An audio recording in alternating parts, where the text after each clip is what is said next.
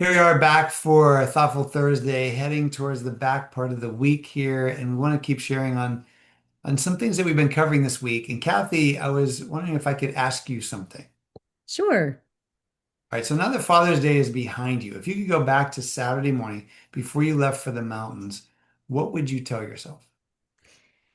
I thought a lot about that actually. And I think I'd tell myself to not spend the day trying to protect a plan, but spend the day enjoying the people that God had put in front of me. And that's really what I was there to do. And I wasn't trying to control people, I was trying to control the experience. I think that's a powerful distinction because most of us don't wake up thinking, today I'm going to control everything. But we end up holding tightly to what we think things are or how things should go. And then all of a sudden, when it really doesn't match our expectations of what we have in our head, that peace disappears. Exactly. And I do think that's where yield becomes practical because it's not just about the big things, but it's about asking, Lord, what am I gripping so tightly to today that I need to place back into your hands? Yeah, so let's coach a little bit everyone on this call and watching it, thinking about the eight life areas. So spiritually, is there a prayer that you're trying to force? Or mentally, is there a thought that you're trying to keep replaying?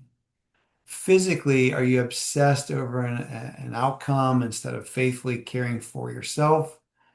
Or with your family, are you trying to control someone else's choices? Relationships, are you waiting for someone else to change before you can have some peace?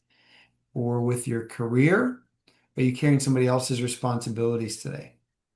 Maybe it's financially. Are you trusting your calculations more than God's provision? And you may recognize these from Wisdom Wednesday where we brought them up. Now we're asking you about them.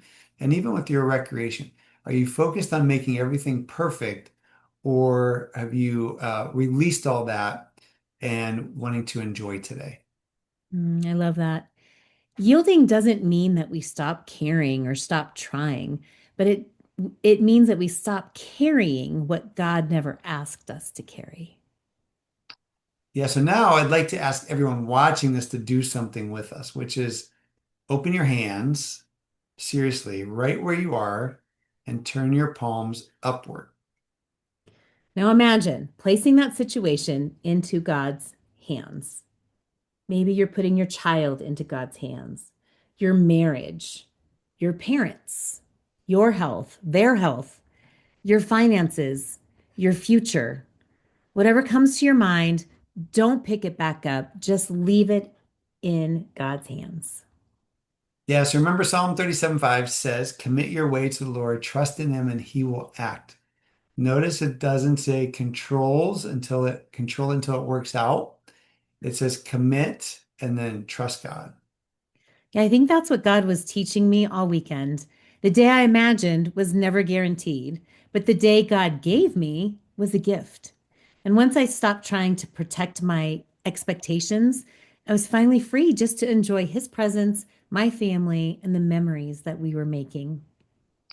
That's so good. So here's our challenge as we finish this week. What is one outcome that you've been trying to manage that belongs to God?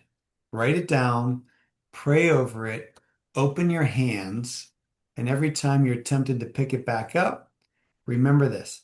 Faithful action is your responsibility. The outcome belongs to God. Mm. Release the day you imagined and receive the day God has given you. And we think you'll find that's often where God's greatest blessings are awaiting.